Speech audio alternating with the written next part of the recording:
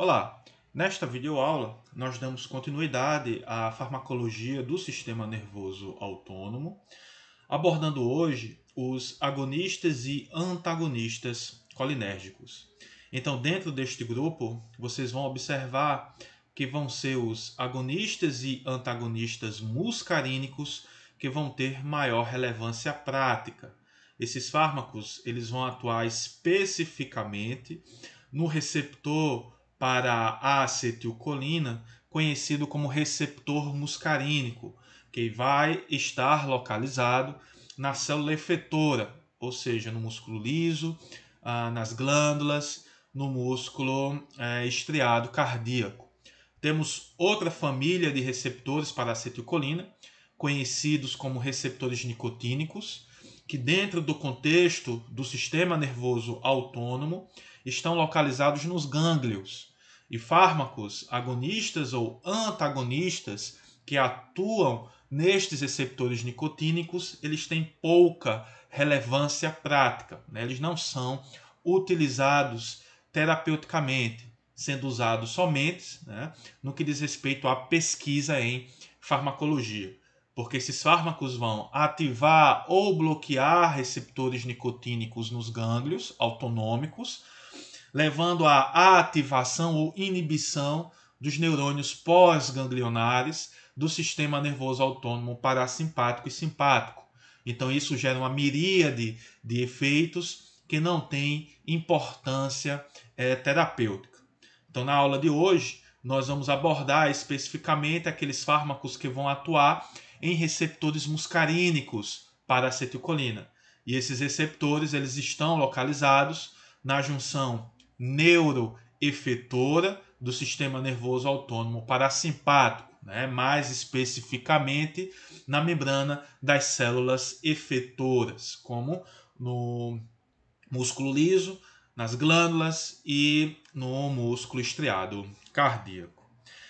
Então, só relembrando um pouquinho, né, do sistema nervoso autônomo parasimpático, né? Então, ele assim como um sistema nervoso autônomo simpático, ele possui duas fibras, né? Uma fibra pré-ganglionar, que tem origem crânio-sacral.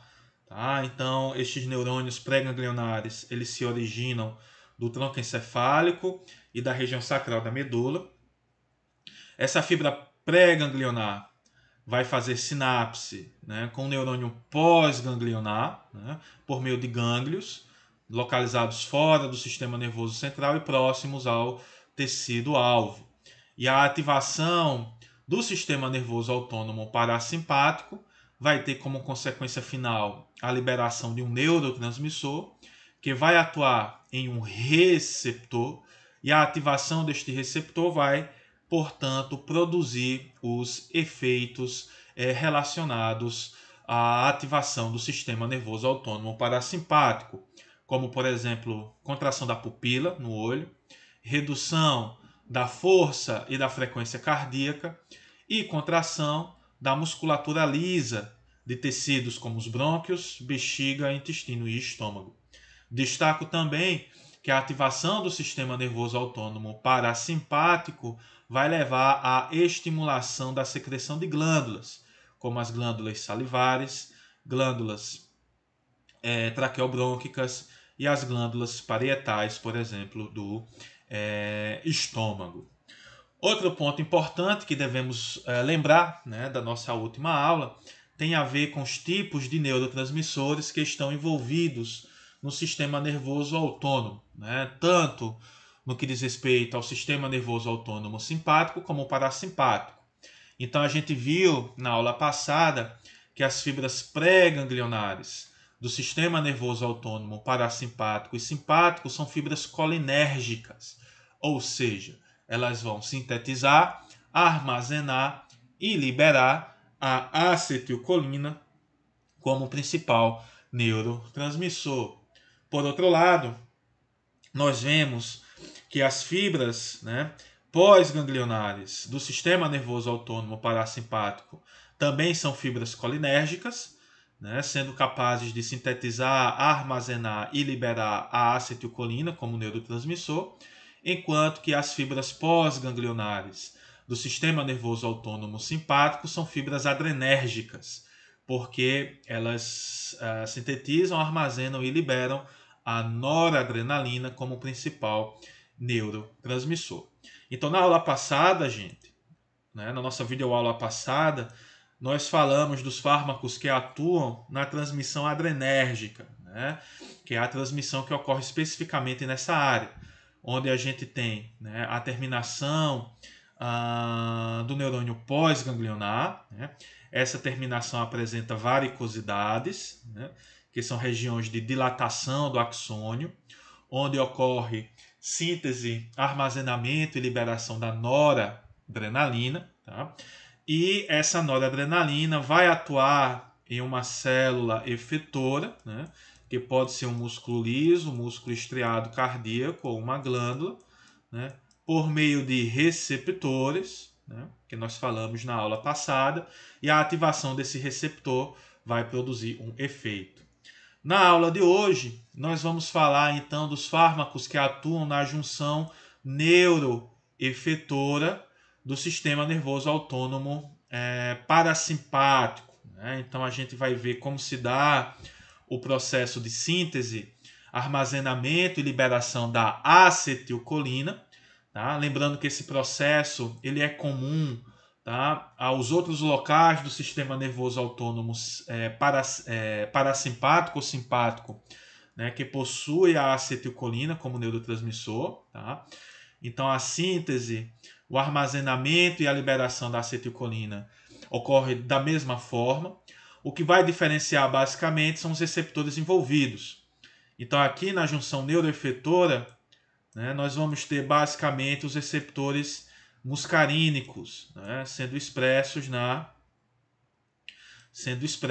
célula efetora, enquanto que nos gânglios, e aqui na medula adrenal, a gente vai ter outro receptor conhecido como receptor nicotínico. Tá? Então os fármacos que atuam nos receptores muscarínicos, como veremos a seguir, esses receptores novamente são encontrados na junção neuroefetora do sistema nervoso autônomo parasimpático, vão ser os fármacos que vão ter maior relevância terapêutica. Enquanto que fármacos que atuam nos receptores nicotínicos, eles não são utilizados na prática, porque eles vão ser capazes de ativar ou inibir os receptores nicotínicos que estão presentes basicamente nos gânglios, podendo levar tanto à ativação como inibição dos neurônios pós-ganglionares do sistema nervoso autônomo parasimpático e simpático, levando, portanto, a um conjunto de efeitos que não vai ter relevância clínica. Por outro lado, os fármacos que atuam na junção neuroefetora do sistema nervoso autônomo parasimpático, eles vão ter maior relevância, podendo ser utilizados na oftalmologia, também no tratamento de distúrbios do trato gastrointestinal e do trato geniturinário.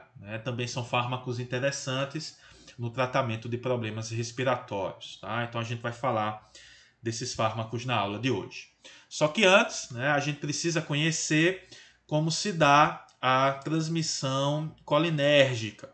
Então a transmissão colinérgica ela é encontrada tanto nos gânglios, como acabamos de comentar, do sistema nervoso autônomo parasimpático e simpático, como também ela vai ser encontrada na junção neuroefetora do sistema nervoso autônomo parasimpático. Tá? Lembrando que os fármacos de maior importância vão ser aqueles que vão atuar na junção neuroefetora. Então essa transmissão colinérgica ela começa com a captação da colina. A colina é uma vitamina do complexo B, que é obtida pela dieta. Essa colina ela é captada pelo neurônio colinérgico por meio de um transportador específico, que é um simporte. Então ele vai utilizar o gradiente eletroquímico do sódio como força impulsionadora para a captação da colina. Tá? Então só relembrando as aulas de fisiologia, o sódio ele existe em maior quantidade no meio extracelular, Então, ele tem, né, a tendência de tentar adentrar a célula, né? Então, essa força impulsionadora para o sódio é utilizada por esse simportador para captar a colina. Uma vez no axoplasma, né, ou seja, no citoplasma do neurônio, a colina vai sofrer a ação da enzima colina-acetiltransferase, que vai então fundir uma molécula de acetil, né, oriunda da acetilcoenzima A, tá? E a fusão desta molécula de acetilcolina vai levar, portanto, à formação do nosso neurotransmissor acetilcolina. Então percebam que o processo de síntese da acetilcolina ele é bem mais simples do que aquele que apresentamos para a noradrenalina, né, que envolve vários passos enzimáticos. A acetilcolina formada, então, ela é captada por uma vesícula, onde ela será armazenada, né, graças à ação de um antiporte, né, que vai aproveitar o gradiente eletroquímico, né, do hidrogênio, né, dos prótons, né, de hidrogênio, tá, para a captação e armazenamento da acetilcolina. E com a chegada de um potencial de ação, nós vamos ter a despolarização dessa membrana, com a abertura de canais de cálcio voltagem dependentes, né, o que vai permitir um influxo de cálcio, e a entrada de cálcio então vai estimular o processo de exocitose, ou seja, a fusão das vesículas que armazenam a acetilcolina com a membrana, né, do neurônio, levando, portanto, à liberação da acetilcolina. E esta acetilcolina, então, vai atuar em receptores colinérgicos, né, presentes, no caso da junção neuroefetora, né, na célula de músculo liso, na célula glandular ou, né, no músculo estriado cardíaco, e a ativação deste receptor vai gerar, portanto, um efeito. O fim da ação da acetilcolina vai se dar basicamente por degradação enzimática. Então existe uma enzima aqui na biofase conhecida como acetilcolinesterase. E o que é que esta acetilcolinesterase ela vai fazer? Ela vai hidrolisar a colina em acetil e colina. E a colina, então, ela pode ser captada e reaproveitada para a síntese de novas moléculas de acetilcolina. Então, na aula de hoje, nós vamos abordar os fármacos que são capazes de atuar nesses receptores colinérgicos, né, presentes na célula efetora. A estes receptores, né, nós vamos observar que eles são conhecidos como receptores muscarínicos. Então, a gente vai ter fármacos que vão mimetizar a ação da acetilcolina, né, que são os agonistas, também conhecidos como agentes parasimpático-miméticos, e vamos também ter fármacos capazes de antagonizar os efeitos da acetilcolina. Estes fármacos também são conhecidos como parasimpaticolíticos. Tá? Na próxima aula, né, nós vamos falar de fármacos capazes de bloquear, de inibir a ação da acetilcolinesterase. Estes fármacos, quando bloqueiam a enzima acetilcolinesterase, eles aumentam a disponibilidade da acetilcolina nesta biofase, né, nesta fenda sináptica. Consequentemente, a gente tem uma maior ativação dos receptores colinérgicos, levando, portanto, a um aumento desta transmissão colinérgica. Esses inibidores da acetilcolinesterase são fármacos importantes, tanto do ponto de vista terapêutico, como também do ponto de vista toxicológico. Então, os organofosforados são agentes, né, fármacos, capazes de inibir irreversivelmente a enzima acetilcolinesterase. E esses fármacos estão muito associados a intoxicações. Então, alguns exemplos de organofosforados são os agrotóxicos, né, como o malation, o paration, e também os gases dos nervos, que são utilizados na guerra química, né, como, por exemplo, o gás sarin.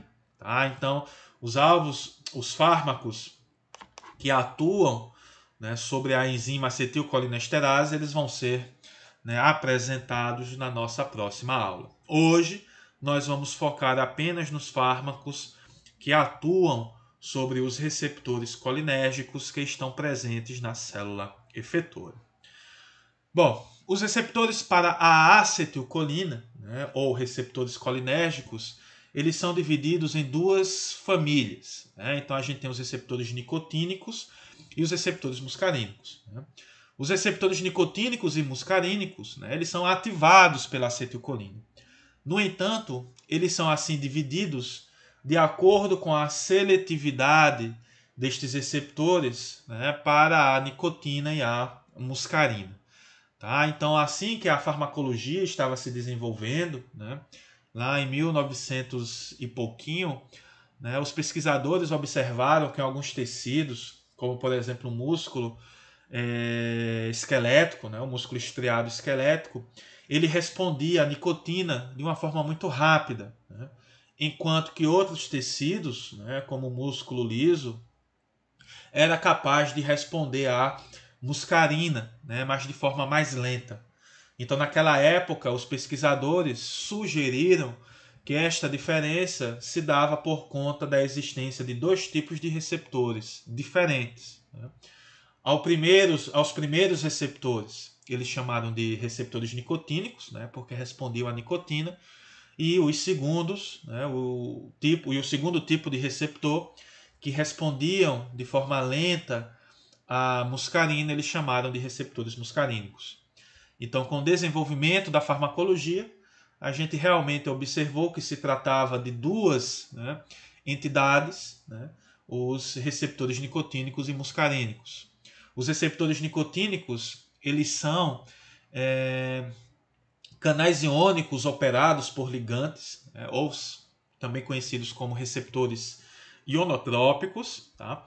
Hoje em dia, esses receptores nicotínicos eles são subdivididos em receptores nicotínicos neuronais, né, que são localizados, como o próprio nome já diz, em neurônios, tanto do sistema nervoso central como nos gânglios. Enquanto que o receptor nicotínico muscular ele é encontrado na musculatura estriada esquelética. Né? Então ele participa do processo de contração voluntária, né, que envolve aí, portanto, o sistema nervoso periférico motor. Né? E nós vamos falar, né, dos fármacos que atuam, né, nesta placa motora também na nossa próxima aula. Tá? Já os receptores muscarínicos, eles são receptores acoplados à proteína G. Tá? Esses receptores eles são subdivididos em 5 subtipos: M1, M2, M3, M4 e o M5. Tá? Os ímpares, né, o M1, M3 e M5, eles são receptores acoplados à proteína GQ e eles vão ter como principal segundo mensageiro o cálcio. Tá? Enquanto que os receptores pares, M2 e M4, são receptores acoplados à proteína G inibitória. Tá? Então eles reduzem os níveis de AMP cíclico, aumentam as correntes de potássio e inibem as correntes de cálcio. Tá? Do ponto de vista prático, gente, adianto para vocês que desses 5, somente 2 vão ter maior relevância para a gente hoje, que são os receptores M2 e os receptores M3. Os receptores M2, eles estão localizados no coração, tá? Especialmente no coração. E a ativação deste receptor no coração vai levar à redução da força e também vai levar à redução da frequência cardíaca, tá? Então os receptores M2 estão presentes no coração e a sua ativação vai levar à redução da frequência cardíaca e da força de contração. Já o receptor M3, ele está localizado principalmente no músculo liso, tá? Que eu vou desenhar assim, e nas glândulas. E esse receptor, quando ele é ativado, ele vai levar a efeitos estimulatórios. Tá? Então, no músculo liso, isso vai promover contração. e nas glândulas isso vai promover secreção. Tá? Então, resumindo a ação dos receptores muscarínicos, os de maior relevância são os receptores M2 e M3. O M2 está presente no coração, produzindo efeitos inibitórios, né, sobre a frequência cardíaca, força de contração e também velocidade de condução no nó átrio ventricular, enquanto que o receptor M3 ele está presente, né, no músculo liso e sua ativação vai gerar contração e nas glândulas vai promover secreção. Tá? Com relação à contração, gente, ela vai ser importante nos brônquios, tá? Vou colocar aqui como B, nos brônquios, no trato gastrointestinal como todo, tá? E no trato geniturinário, tá? Que eu vou chamar de TGU. Então, o músculo liso desses tecidos eles vão contrair em resposta à ativação do receptor M3. No entanto, vale destacar que existe receptores M3 no endotélio vascular, né? E a ativação do receptor M3, né, aqui no endotélio vascular vai levar à produção de óxido nítrico. E esse óxido nítrico ele vai atuar no músculo liso vascular, produzindo relaxamento. Tá? Então essa uma exceção no que diz respeito à ação, né, dos agonistas muscarínicos sobre a musculatura lisa. Tá? Então, em geral, a ativação do receptor M3 promove contração, né, direta do músculo liso, dos brônquios, do trato gastrointestinal e do trato geniturinário. Por outro lado, nos vasos, existem receptores M3 no endotélio, e a ativação desse receptor no endotélio leva à produção de óxido nítrico, tá? Que vai se difundir para a musculatura lisa vascular, promovendo relaxamento. Mas esse efeito, né, de relaxamento vai ocorrer somente nos vasos. Certo, gente? Então, repetindo, a importância dos receptores muscarínicos do ponto de vista do sistema nervoso autônomo parasimpático, nós temos como importância o receptor M2, que está no coração, produzindo efeitos inibitórios, e o receptor M3, que está presente no músculo liso e nas glândulas, promovendo contração e secreção. Tá? Por outro lado, destaca-se que o receptor M3 ele é encontrado no endotélio vascular, e sua ativação gera a produção de óxido nítrico, que vai então relaxar o músculo liso vascular. Bom, falando um pouquinho, né, das vias de sinalização, no que diz respeito aos receptores nicotínicos, eles são canais iônicos operados por ligantes. Então, na ausência do ligante, o receptor nicotínico, né, o seu canal encontra-se fechado. Só que após a interação da acetilcolina, nós vamos observar uma mudança de conformação no receptor que vai permitir a abertura de um canal e consequente influxo de íon sódio. E essa entrada de sódio, né, também de cálcio, vai gerar uma despolarização, né, da célula, produzindo, portanto, um potencial de ação. Né? Então, isso vai ser importante em neurônios, né, porque vai gerar a formação, né, de um potencial de ação, de um impulso nervoso, e na musculatura esquelética, onde esta despolarização vai acabar promovendo o processo de contração. Tá? Então, esses receptores nicotínicos, eles podem ser, né, receptores nicotínicos do tipo muscular, que estão presentes na musculatura estriada esquelética, enquanto que o receptor nicotínico neuronal ele está presente, né, no sistema nervoso central e nos gânglios autonômicos. Do ponto de vista prático, nós temos um grupo de fármacos que vai ter importância terapêutica, que são os bloqueadores de neuromusculares, que vão atuar, de certa forma, né, no receptor nicotínico presentes na musculatura estriada esquelética. Tá? Então, são fármacos utilizados, né, como agentes pré-anestésicos, né, no contexto cirúrgico, para promover, né, paralisia muscular. Tá? Fármacos que atuam sobre os receptores nicotínicos neuronais, né, eles não têm relevância terapêutica. Com relação aos receptores muscarínicos, né, os ímpares, M1, M3 e M5, são receptores, né, acoplados à proteína do tipo GQ. Né? Então, a ativação de um receptor acoplado à proteína GQ tem como principal consequência, né, o aumento do cálcio intracelular. Então, como a gente já comentou, o receptor muscarínico de maior importância para a gente hoje são os receptores M3, né, que estão localizados no músculo liso e nas glândulas. Né, e sua ativação vai gerar contração do músculo liso e maior secreção glandular.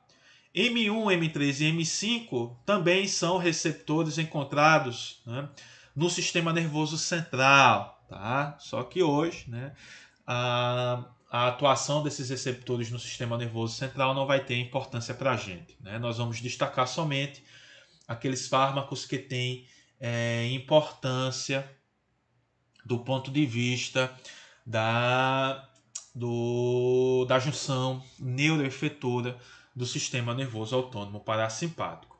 Então, gente, só relembrando, né, a via de sinalização desses receptores. Então, a ativação do receptor muscarínico acoplado à proteína GQ, né, vai ter como consequência que a sua subunidade alfa vai ativar uma enzima conhecida como fosfolipase C.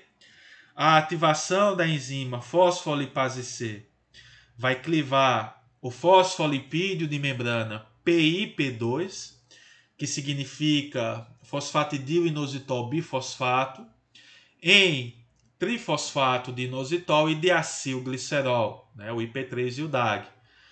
O IP3, o trifosfato de inositol, ele vai atuar em um receptor específico, né, que é um canal iônico, né, operado por ligante, presente no retículo endoplasmático.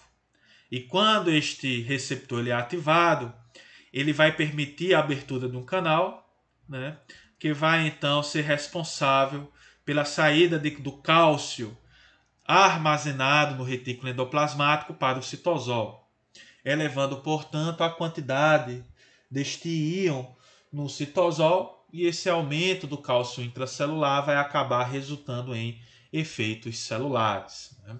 No caso do músculo liso, contração; no caso de uma glândula, maior secreção.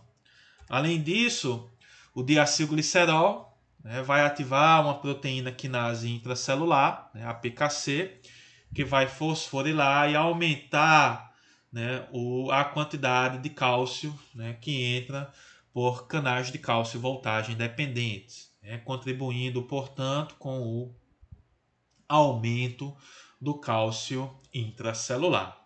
Certo? Então, a ativação dos receptores M1, M3 e M5 sempre vai promover, né, um aumento do cálcio intracelular, e esse aumento do cálcio intracelular vai então ser responsável pelos efeitos produzidos pela ativação desses receptores. Já os receptores muscarínicos M2 e M4 são receptores acoplados à proteína G inibitória. Né? O M2 vai ser aquele receptor de maior importância para a gente, porque ele vai estar localizado principalmente no coração. M2 e M4 também são, né, encontrados no sistema nervoso central, mas esta localização, né, destes receptores na aula de hoje vai ter pouca importância para a gente. A ativação do receptor M2 e M4 vai fazer com que a subunidade alfa deste receptor module negativamente a adenililciclase, né, reduzindo os níveis de AMP cíclico e reduzindo, portanto, a ativação da proteína quinase A, né, que pode contribuir, por exemplo, para uma menor ativação de canais de cálcio. Além disso, a subunidade beta-gama, né, desta proteína G vai modular positivamente canais de potássio, né, causando o efluxo deste íon, e também pode contribuir com a inibição de canais de cálcio. Tá? Então isso pode acabar promovendo, por exemplo, no tecido neuronal, né, uma hiperpolarização e inibição da liberação de neurotransmissores. No caso do coração, a redução da atividade da proteína quinase A está relacionada a uma menor ativação dos canais HCN, né, que são responsáveis pela autodespolarização do nó sinoatrial. Então, consequentemente, a ativação de um receptor M2 no coração vai levar a uma redução da taxa, né, de disparos do nó sinoatrial, levando, portanto, a uma redução da frequência cardíaca. Tá? Esses canais HCN, né, esse HCN significa canais, tá, dependentes de nucleotídeos cíclicos e ativados por hiperpolarização. Tá? Então são os canais iônicos que são responsáveis pela autodespolarização do nó sinoatrial. Além disso, no coração, né, essa maior saída de potássio e essa menor entrada de cálcio gera, né, menor força de contração atrial, tá, podendo gerar uma redução do inotropismo, né, e também causa uma hiperpolarização do nó átrio ventricular, reduzindo, portanto, a velocidade de condução neste tecido nodal. Né? Então, isto também leva a um efeito, né, inotrópico negativo no átrio e a um efeito dromotrópico negativo, né, que vai acabar contribuindo, portanto, com a redução da frequência cardíaca. Bom, com relação aos fármacos que atuam sobre os receptores colinérgicos, né, nós temos os agonistas e os antagonistas colinérgicos. Os agonistas colinérgicos vão ser aqueles fármacos que vão mimetizar a ação da acetilcolina. Então, eles vão atuar sobre os receptores colinérgicos, ativando estes receptores de forma similar à acetilcolina. Então, dentro dos agonistas colinérgicos, nós temos os agonistas muscarínicos, né, que vão atuar preferencialmente no receptor muscarínico, né, lá na junção neuroefetora do sistema nervoso autônomo parasimpático, e vamos ter os estimulantes ganglionares, né, que vão ativar o receptor nicotínico nos gânglios, tanto no gânglio, né, parasimpático como simpático, né, porque nestes gânglios nós vamos ter uma transmissão colinérgica. Só que esses fármacos não têm importância prática, né, porque eles podem ativar tanto neurônios pós-ganglionares do sistema nervoso autônomo parasimpático como simpático, né, produzindo, portanto, uma gama de efeitos, né, que não vai ter, né, que não vai produzir nenhum efeito terapêutico desejável. Né? A gente pode até ter efeitos terapêuticos, mas vamos ter também uma soma de reações adversas. Então, os fármacos que atuam nos gânglios não são fármacos interessantes. Tá? Por outro lado, os agonistas muscarínicos vão ter maior, né, seletividade para os tecidos efetores, né, do sistema nervoso autônomo parasimpático, e esses sim vão ter efeitos terapêuticos que podem ser desejáveis. Já os antagonistas colinérgicos são fármacos que vão, né, bloquear a ação da acetilcolina. Então, esses fármacos interagem com os receptores colinérgicos, impedindo, portanto, a interação da acetilcolina. Então, dentro deste contexto, nós temos os antagonistas muscarínicos, né? Esses fármacos vão ter importância terapêutica, nós vamos falar hoje. Temos os bloqueadores ganglionares, né, que vão antagonizar os efeitos da acetilcolina nos gânglios. Tá? Então, esses fármacos não têm importância prática. Né? E temos os bloqueadores neuromusculares, né, que vão atuar bloqueando a ação da acetilcolina no receptor nicotínico muscular. Tá? Então, a gente vai falar desses fármacos numa proximal, né? Porque esses fármacos vão atuar não no sistema nervoso autônomo parasimpático, né? Mas sim no sistema nervoso somático motor, tá? Bom, no caso dos agonistas muscarínicos, né, nós temos basicamente três grandes classes, né? Nós temos os ésteres de colina, que são representados pela acetilcolina, carbacol, metacolina e o betanecol, tá? E temos os alcaloides de origem vegetal, né? Cujo principal exemplo utilizado na prática é a pilocarpina, e temos agentes sintéticos como a cevimelina, tá? No caso dos ésteres de colina, esses fármacos eles possuem algumas mudanças estruturais que têm como objetivo aumentar a sua resistência à acetilcolinesterase, né, e à butirilcolinesterase. Assim como também nós vamos ter algumas modificações que têm como intuito aumentar a seletividade destes fármacos para os receptores muscarínicos, tá? Então, no caso específico da acetilcolina, né, a acetilcolina é um fármaco pouco utilizado na prática porque ele é sensível à ação da acetilcolinesterase, tá? Então vou colocar ACHE+, tá? Então a acetilcolina, quando administrada, né, por via oral, por via intravenosa, né, esse fármaco ele vai ser rapidamente degradado, tá? Então seu efeito farmacológico acaba sendo muito rápido, muito transitório.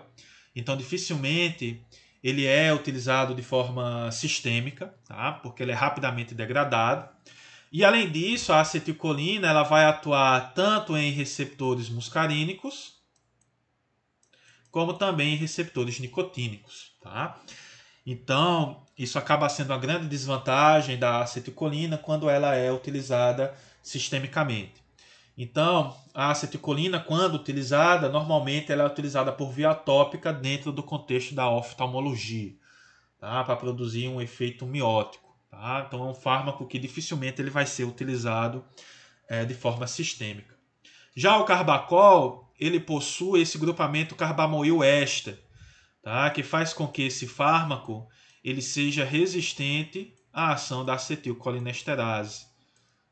Tá? Então, vou colocar acetilcolinesterase negativo. Tá? Por quê? Porque essa substituição, carbamoil éster, faz com que esse fármaco tenha resistência à acetilcolinesterase, logo, portanto, a sua duração de ação ela é mais prolongada. Tá? No entanto, o carbacol ele atua tanto em receptores muscarínicos como nicotínicos. Então, a administração sistêmica do carbacol ela também não é interessante, tá? Porque quando administrado de forma sistêmica, esse fármaco pode ativar tanto receptores nicotínicos como muscarínicos, tá? Então, isso também acaba sendo uma desvantagem para o carbacol e ele acaba sendo utilizado também principalmente por via tópica, tá? No olho, onde, portanto, ele vai também produzir efeitos mióticos. Já a metacolina, ela tem essa substituição, né, que é uma inserção de um grupamento beta-metil, tá? E essa alteração faz com que este fármaco tenha maior preferência, né, por receptores muscarínicos, tá? Então, basicamente, a metacolina não atua em receptores nicotínicos e também dá uma certa resistência à ação da acetilcolinesterase, tá? Vou colocar aqui como mais ou menos. Então, embora ele seja resistente, uma hora ou outra ele acaba sendo degradado, tá? Já o betanecol, ele é um agente interessante e bastante utilizado sistematicamente, né? Sistemicamente, me perdoe, porque é um fármaco resistente à ação da acetilcolinesterase, tá? Por conta desse grupamento carbamoil éster, e é um fármaco que vai atuar exclusivamente em receptores muscarínicos. Então, se a gente precisa de um fármaco, né, dentro do grupo dos ésteres de colina, que seja que precise ser utilizado, né, que precisa ser utilizado de forma sistêmica, nós vamos dar preferência ao betanecol, tá? Porque é um fármaco que tem resistência à ação da acetilcolinesterase, tá? Por conta do grupamento carbamoil-éster, e também tem maior seletividade para os receptores muscarínicos, tá?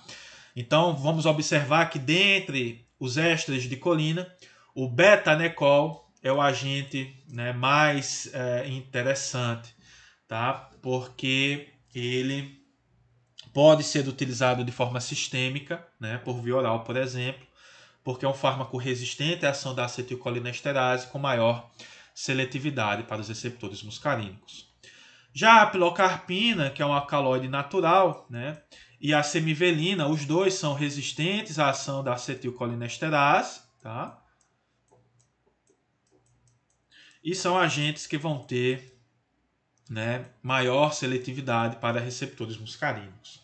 Então são agentes que também são utilizados de forma sistêmica, principalmente, né, para o tratamento da xerostomia, tá? Então, tratamento da boca seca, né, que pode ser ocasionada por diversas situações, como por exemplo, radioterapia de cabeça e pescoço, tá? E também xerostomia, né, que pode estar associada, por exemplo, ao uso de outros fármacos, certo? Então, gente, esses são os agonistas muscarínicos, tá? São agentes muito importantes do ponto de vista da oftalmologia, né? Porque podem ser utilizados como agentes mióticos e no tratamento do glaucoma, tá? Em especial, né, o carbacol, a pilocarpina, tá? E também são agentes que podem ser utilizados de forma sistêmica, né, como betanecol, pilocarpina e cevimelina, para o tratamento, né, de questões urinárias, né, como no caso do betanecol, e também para o tratamento da xerostomia, como no caso da pilocarpina e da cevimelina. Com relação aos efeitos farmacológicos desses agentes, né, os de maior importância são os efeitos cardiovasculares, tá, que vão representar importantes reações adversas a esses fármacos, né, principalmente quando utilizados de forma sistêmica. Tá. Efeitos no trato gastrointestinal, nas glândulas exócrinas, no olho e na bexiga. Tá? Então, em geral, quando a gente administra esses fármacos, né, nós vamos esperar efeitos farmacológicos que envolvem estes sistemas. Então vamos falar um pouquinho de forma específica sobre cada um deles, começando a falar dos efeitos cardiovasculares dos agonistas muscarínicos, né? Então, os agonistas muscarínicos, quando administrados, eles podem promover, né, redução da frequência cardíaca, da velocidade de condução e da força de contração, principalmente do átrio, né, que é onde nós vamos ter maior inervação colinérgica. E esses efeitos cardiovasculares, eles vão ser ocasionados, né, pela ativação do receptor M2 no coração, tanto em tecido nodal, como também no próprio cardiomiócito. Tá? Então, a ativação do receptor M2, por exemplo, né, lembrando que o receptor M2 está acoplado a uma proteína G inibitória. Então, lá no coração, né, se isso ocorrer no nosso sino atrial, isso vai promover redução dos níveis de AMP cíclico, redução da ativação da PKA, e isso vai acabar reduzindo o ritmo sinusal, né, porque a redução da proteína quinase A vai reduzir a taxa de ativação dos canais HCN, né, que comentamos, né, lá atrás. E esses canais HCN, né, eles são importantes porque eles vão ser responsáveis pela autodespolarização do nosso sino atrial, levando, portanto, né, à ritmicidade cardíaca. Então, a redução da ativação da PKA, né, reduz, né, a função desses canais HCN, reduzindo, portanto, a frequência cardíaca. Tá? Além disso, nós vamos observar maior né, e fluxo de potássio e menor entrada de cálcio, né, gerando, portanto, uma hiperpolarização, que vai resultar, né, numa redução da força de contração, né, principalmente do átrio, e também da velocidade de condução no nó atrioventricular, né, resultando, portanto, em redução de força de contração e da velocidade de condução. Tá? Então, né, de forma geral, a ativação do receptor M2 pode gerar uma redução do débito cardíaco. Além disso, nos vasos, nós temos receptores M3, tá? No endotélio vascular, e a ativação deste receptor M3 vai levar no endotélio à produção de óxido nítrico. Esse óxido nítrico vai se difundir para o músculo liso, tá? Gerando, portanto, relaxamento. E esse relaxamento vai promover uma vasodilatação com redução da resistência vascular periférica e, consequentemente, da pressão arterial. Tá? Então, esses efeitos cardiovasculares, né, produzidos pelos agonistas muscarínicos, em geral, estão associados a reações adversas. Tá? Então, a pilocarpina, o betanecol, quando administrados, eles podem promover, né, essa redução da pressão arterial, que pode acabar resultando, né, em uma reação adversa. Tá? Esses efeitos cardiovasculares não são efeitos, né, utilizados do ponto de vista terapêutico, né? Mas é importante a gente conhecer como, né, estes efeitos eles podem ocorrer. Tá? Bom, com relação aos efeitos dos agonistas muscarínicos sobre a musculatura lisa, né? Então, como a gente já falou, essencialmente o receptor mais importante é o receptor M3, e a sua ativação vai promover aumento do cálcio intracelular, que vai gerar, portanto, o processo de contração do músculo liso. Então, se isso ocorrer no trato gastrointestinal, vai gerar, né, aumento do tônus e peristaltismo, podendo produzir dor cólica. Tá? No trato urinário, né, vamos ter contração do músculo detrusor, né, que é o músculo da bexiga, o músculo liso da bexiga, aumento de pressão miccional e aumento do peristaltismo ureteral. Tá? E nos brônquios, broncoconstricção. Tá? Então, músculo liso do trato gastrointestinal, trato geniturinário e dos brônquios contraem em resposta aos agonistas muscarínicos, com envolvimento do receptor M3, tá? Cuja ativação eleva o cálcio intracelular, promovendo, portanto, contração do músculo liso. Com relação às glândulas, né, nós vamos ter aumento de secreção, tá? Também com participação do receptor M3 e aumento do cálcio intracelular. Então a gente tem aumento de secreção salivar, aumento de secreção lacrimal, aumento da secreção de suor e aumento da secreção brônquica, né? Vale destacar, gente, que as glândulas sudoríparas, né, elas são inervadas pelo sistema nervoso autônomo simpático. Tá? No entanto, essa fibra pós-ganglionar do sistema nervoso autônomo simpático que inerva as glândulas sudoríparas são fibras colinérgicas, tá? Então, uma exceção, né, no que diz respeito aos neurotransmissores envolvidos na neurotransmissão, né, na junção neuroefetora do sistema nervoso autônomo simpático. Né? No caso específico das fibras pós-ganglionares do sistema nervoso autônomo simpático que inervam as glândulas sudoríparas, essas fibras pós-ganglionares, elas são fibras colinérgicas. Tá?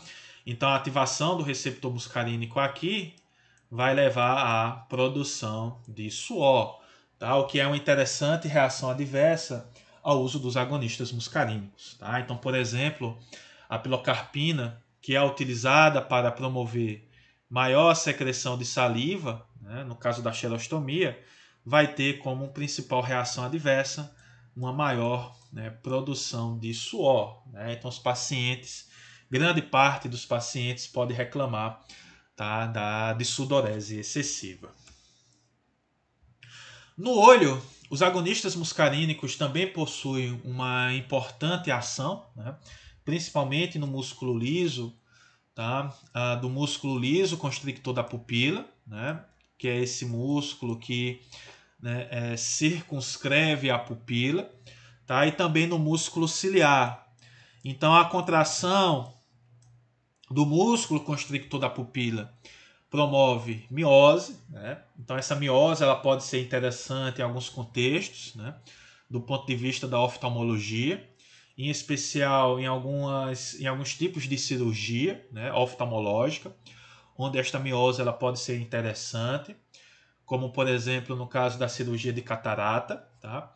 E a contração do músculo constrictor da pupila e do músculo ciliar, ela vai promover a formação de um canal de drenagem para o humor aquoso. Tá? Então isso é importante, por exemplo, no contexto do glaucoma. Né? Então agonistas muscarínicos eles podem ser utilizados no tratamento do glaucoma porque ao induzir a contração do músculo constrictor da pupila, né, que seria esse daqui, e do músculo ciliar, eles promovem um canal de drenagem para o humor aquoso, né, o que vai reduzir a pressão intraocular e vai ser interessante, por exemplo, né, no contexto, no tratamento do glaucoma. Tá? Então isso também tem envolvimento dos receptores M3, tá? Cuja ativação vai elevar os níveis de cálcio intracelular, promovendo, portanto, contração deste músculo liso. Com relação às indicações terapêuticas, né, dos agonistas muscarínicos, uma de suas principais indicações é na oftalmologia, tá? Onde a acetilcolina, pilocarpina e carbacol podem ser utilizados como agentes mióticos, né? Em alguns contextos específicos, como por exemplo na cirurgia oftalmológica, e também a pilocarpina e o carbacol, que podem ser utilizados no tratamento do glaucoma, né? Porque esses fármacos vão atuar no receptor M3, tá? Presentes no músculo liso, tá? Do músculo constrictor da pupila e no músculo ciliar, promovendo, portanto, né, um canal para a drenagem do humor aquoso. Tá? Um ponto importante, gente, né, que eu esqueci de comentar lá atrás, tá, é que, diferentemente dos agonistas e dos antagonistas adrenérgicos, os agonistas e antagonistas muscarínicos eles são não seletivos. Tá? Então esses fármacos, quando administrados, eles vão atuar de forma similar entre os diversos tipos de receptores muscarínicos. Tá? Então, perifericamente, esses fármacos vão atuar tanto no receptor M2 como M3. Eles não conseguem distinguir, tá, esses receptores da mesma forma como fazem os agonistas adrenérgicos ou antagonistas, né, que possuem uma seletividade considerável entre os diversos tipos de receptores adrenérgicos. Então, no caso dos agonistas muscarínicos, eles são não seletivos. Então, quando administrados, eles podem atuar em todos os receptores muscarínicos sem nenhuma distinção clara. Tá? O betanecol é o único agente, né?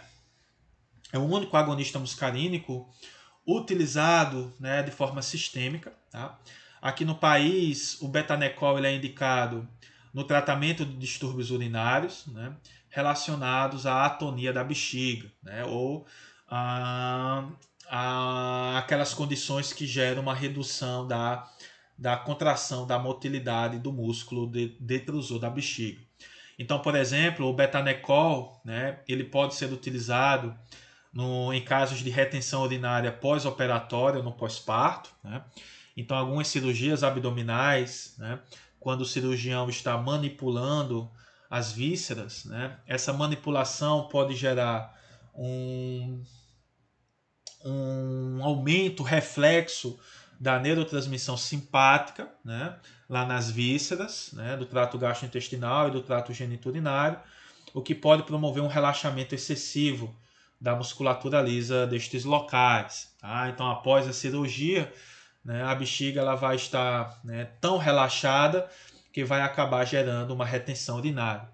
Então, com o intuito de resgatar a função motora desta bexiga, pode-se utilizar, por exemplo, o betanecol, né, um agonista muscarínico, que vai atuar ativando os receptores M3 no músculo liso, né, deste órgão, levando, portanto, né, ao retorno da função urinária. Tá?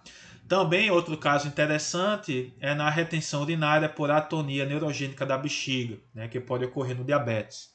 Então, paciente diabético não controlado, ele pode possuir uma degeneração, né, dos neurônios colinérgicos, né, que inervam esta bexiga, gerando, portanto, uma atonia, né, que pode também ser resgatada com o uso de, né, agonistas muscarínicos como o betanecol. Tá? Então, aqui no país, o betanecol, né, comercializado sob o nome de Liberan, ele tem como principal indicação o tratamento de distúrbios urinários relacionados, tá, à retenção urinária.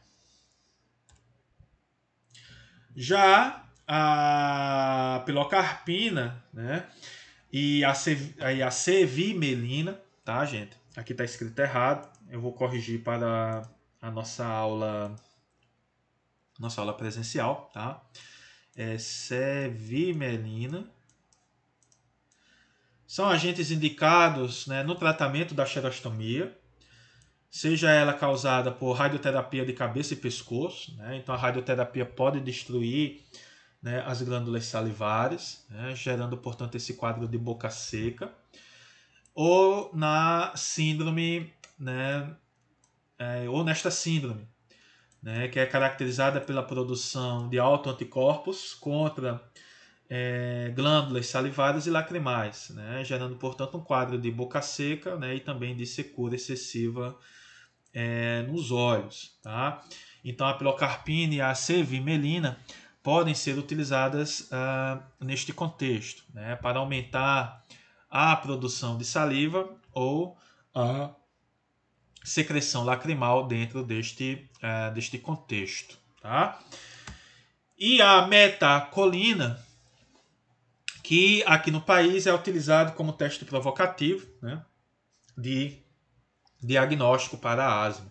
Então, pacientes asmáticos eles apresentam uma hiperresponsividade a agentes colinérgicos, né, e, portanto, tendem a responder de forma exagerada a agonistas muscarínicos, né, como, por exemplo, a metacolina.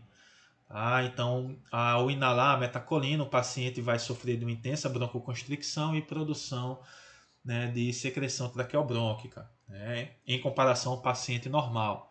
Então, isso pode ser utilizado para ajudar, né, ao clínico, ao médico, né, a fechar o diagnóstico de asma. Tá?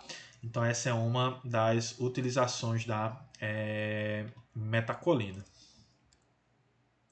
Com relação à farmacocinética, gente, os ésteres de colina, né, como acetilcolina, carbacol, betanecol e metacolina, são agentes que, se administrados de forma sistêmica, né, podem ser rapidamente degradados, né, por colinesterases, né, em especial a metacolina e a metacolina, né, que são susceptíveis. Tá? E mesmo aqueles que não são, como o carbacol e o betanecol, a presença, né, de uma amina quaternária, né, carregada positivamente faz com que este fármaco ele seja bastante hidrossolúvel. Tá? Então, mesmo caindo na corrente sanguínea, este fármaco acaba sendo rapidamente eliminado pelos rins, fazendo com que a sua duração de ação seja bastante curta. Então, por exemplo, o betanecol, a sua duração de ação é de apenas 1 hora. Né? Então, mesmo que este fármaco ele consiga ser absorvido, uma vez na corrente sanguínea, ele acaba sendo rapidamente eliminado, tá? Por conta de sua alta hidrossolubilidade. Já a pilocarpina e a cevimelina, né, são aminas terciárias, né? Então são fármacos que já têm uma maior lipossolubilidade, são rapidamente absorvidos por via oral, né? em altas doses podem alcançar o sistema nervoso central, que pode promover efeitos tóxicos, tá? E são fármacos metabolizados pelo fígado e eliminados na urina, tá? Então, por terem uma lipossolubilidade um pouco mais alta, esses fármacos acabam possuindo também uma maior duração de ação, em comparação, obviamente, aos ésteres de colina. Com relação às reações adversas, né, elas estão relacionadas principalmente à ativação dos receptores muscarínicos, né, ao longo do nosso organismo.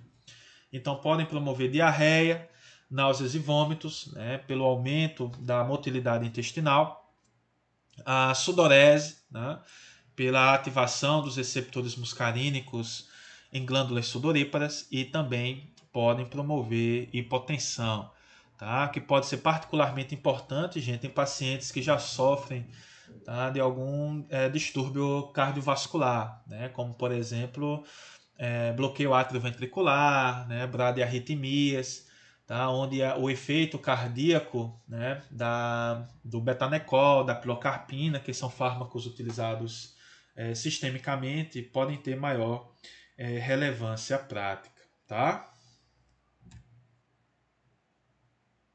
Bom,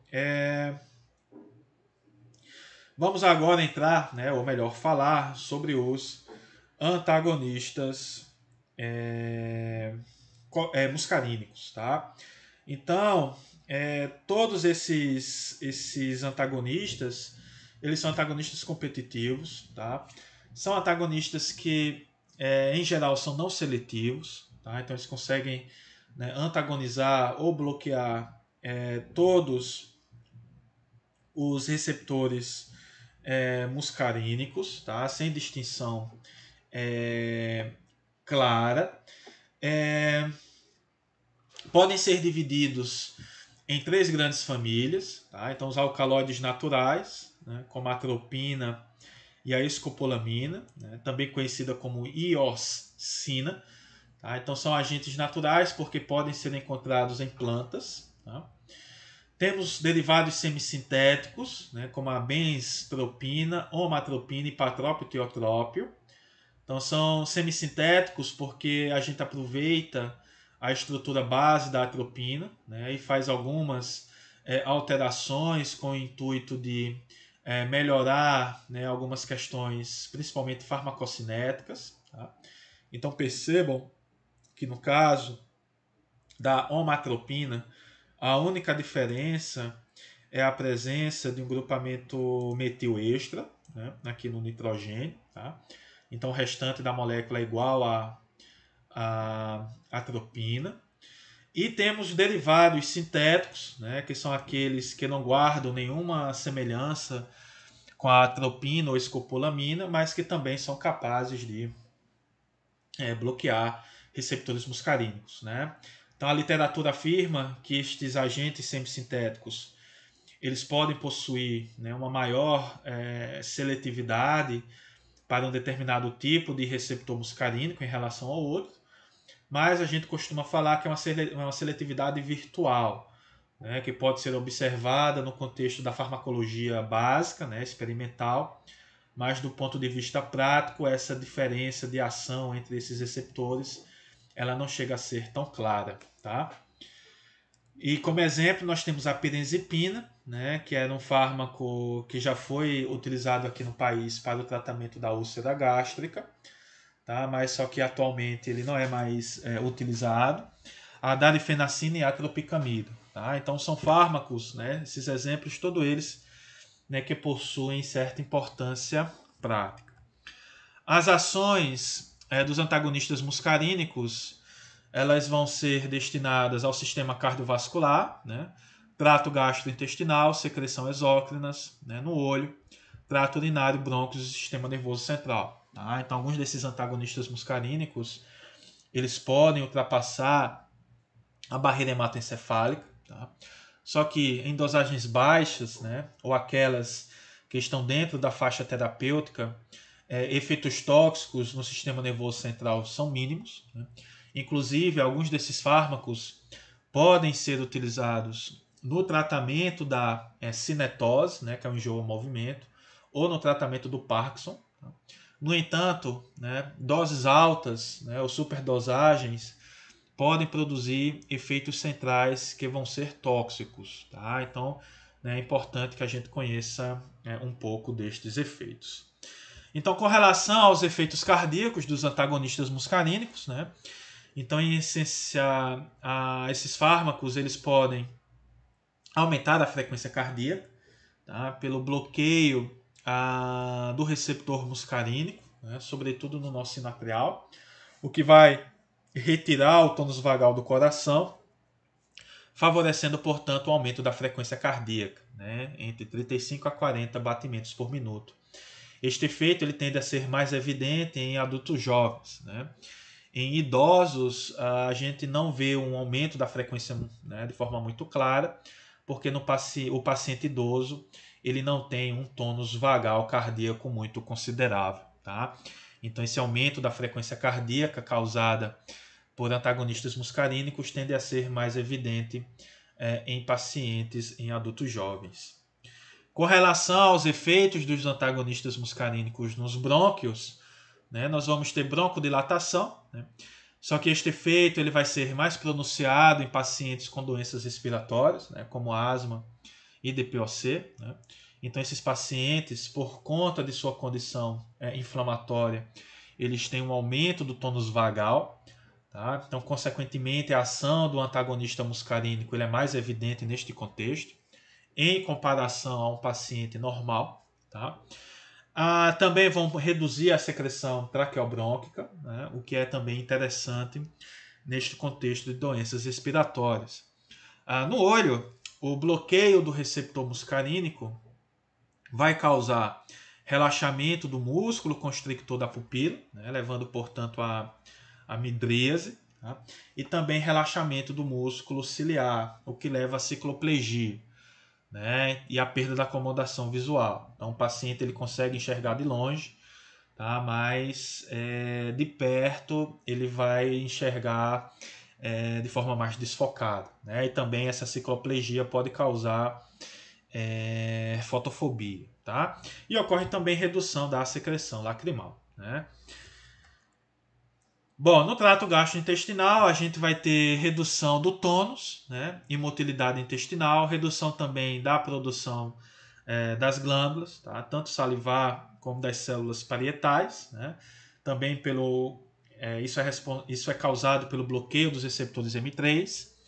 Na bexiga, né, vamos ter redução do tônus e da contratilidade dos ureteres, né, redução da produção de suor, né, que pode causar, né, pele seca e quente. Né. Doses terapêuticas, né, não têm efeitos tóxicos no sistema nervoso central. Inclusive, alguns desses fármacos podem ser utilizados no tratamento da cinetose do Parkinson. Né, já vou explicar por quê. Doses mais elevadas podem causar, né, confusão, alucinações, delírios, e doses ainda mais altas como paralisia. Tá? Então isso daqui ocorre principalmente no caso da superdosagem. Com relação às indicações, né, destacamos o hipatrópio e o tiotrópio, que são derivados semissintéticos da atropina. São importantes agentes utilizados no tratamento de doenças respiratórias. Tá? São utilizados por via inalatória, né? O que garante a sua ação tópica, principalmente porque esses compostos possuem uma amina quaternária, né? O que reduz a lipossolubilidade desses agentes, garantindo, portanto, um maior efeito tópico nos brônquios. Tá? Então a gente tem o hipatrópio e o tiotrópio, tá? Que são utilizados principalmente no tratamento da doença pulmonar obstrutiva crônica e na asma, sobretudo associado aos agonistas dos adrenoceptores beta 2, né? Que falamos na nossa aula passada. Tá? Então, esses agentes, ao bloquear o receptor M3 nos brônquios, vão causar broncodilatação e também redução da secreção traqueobrônquica. Né? Uma importante reação adversa a esses fármacos pode ser a boca seca, né? Principalmente quando utilizados por por via inalatória, tá? Temos também uma importante ação desses agentes, né, no trato urinário, tá? Em especial no tratamento da bexiga hiperativa e da enurese noturna, né? Então, bloqueio dos receptores M3 na bexiga vai causar maior capacidade, vai causar relaxamento do músculo detrusor, né? Levando a uma maior capacidade de armazenamento, menor pressão intravesical, reduzindo a frequência urinária, né? Então, esses efeitos são interessantes nessas condições. Então, a gente tem a darifenacina, solifenacina, oxibutinina e toterodina. Tá? A darifenacina e solifenacina tendem a ser agentes mais interessantes, né, por conta da sua maior seletividade para os receptores M3 e também maior tolerabilidade, né, em comparação, por exemplo, com a oxibutinina. No olho, a gente tem a omatropina, tropicamida e ciclopentolato, né, que são fármacos que são utilizados por via tópica, né, na forma de colírio, para causar midríase, né? E essa midríase ela é interessante, por exemplo, na oftalmologia, né, para a realização do exame de fundo de olho. Tá? Então, em geral, são agentes preferíveis, né, por conta de sua menor duração de ação em relação à atropina.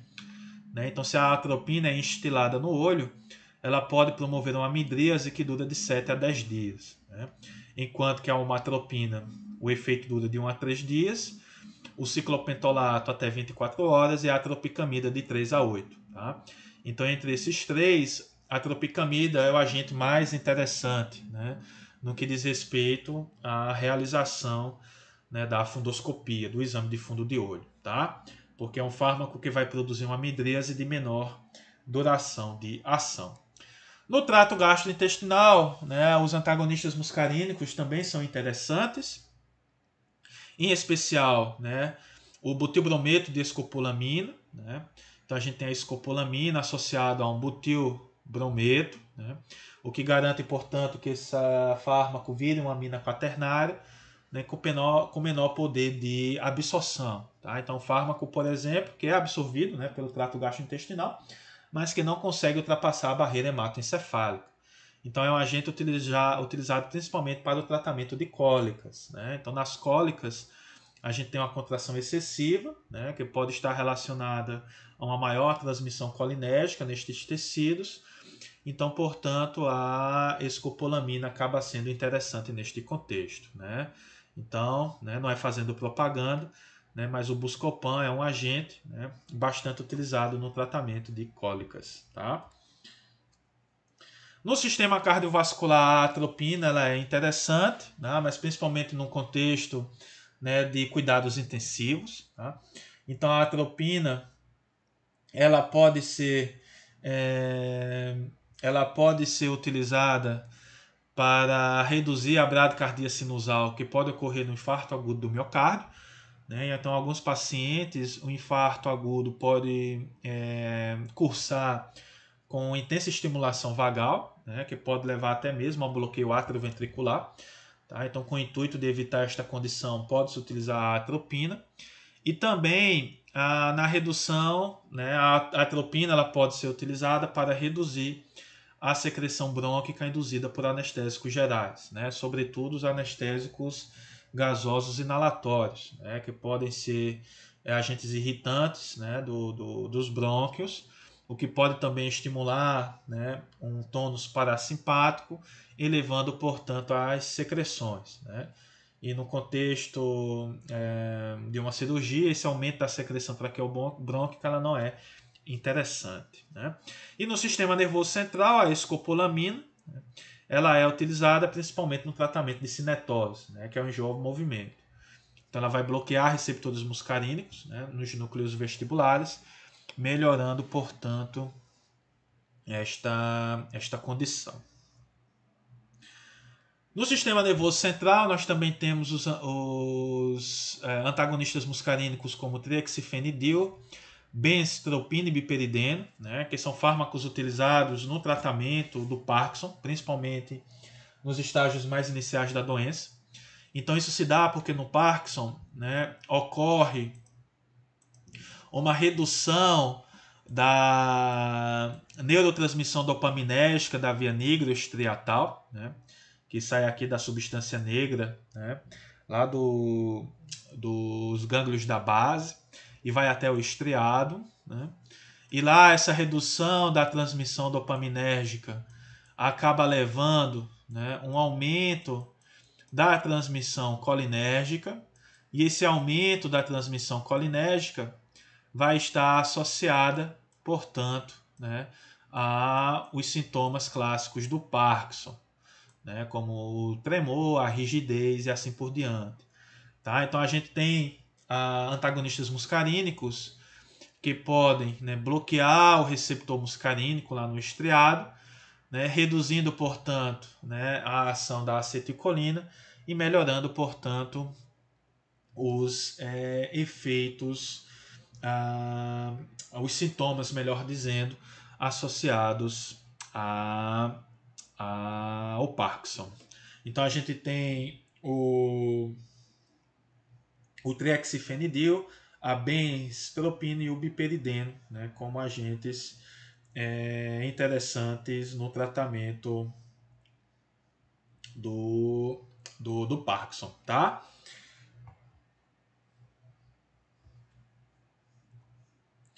Bom, com relação às reações adversas, nós temos, né, visão borrada, nós temos confusão, constipação, retenção urinária, tá? Xerostomia, né, que pode ser causada, né, pelo bloqueio dos receptores muscarínicos nas diversas partes do nosso organismo, tá? Então a gente pode acabar observando esse tipo de reações adversas. Então, gente, é isso, tá? Qualquer dúvida, vocês podem escrever lá no fórum do SIGA ou podem me mandar e-mail, tá? E que a gente vai sanar esta dúvida, certo? Então é isso, muito obrigado.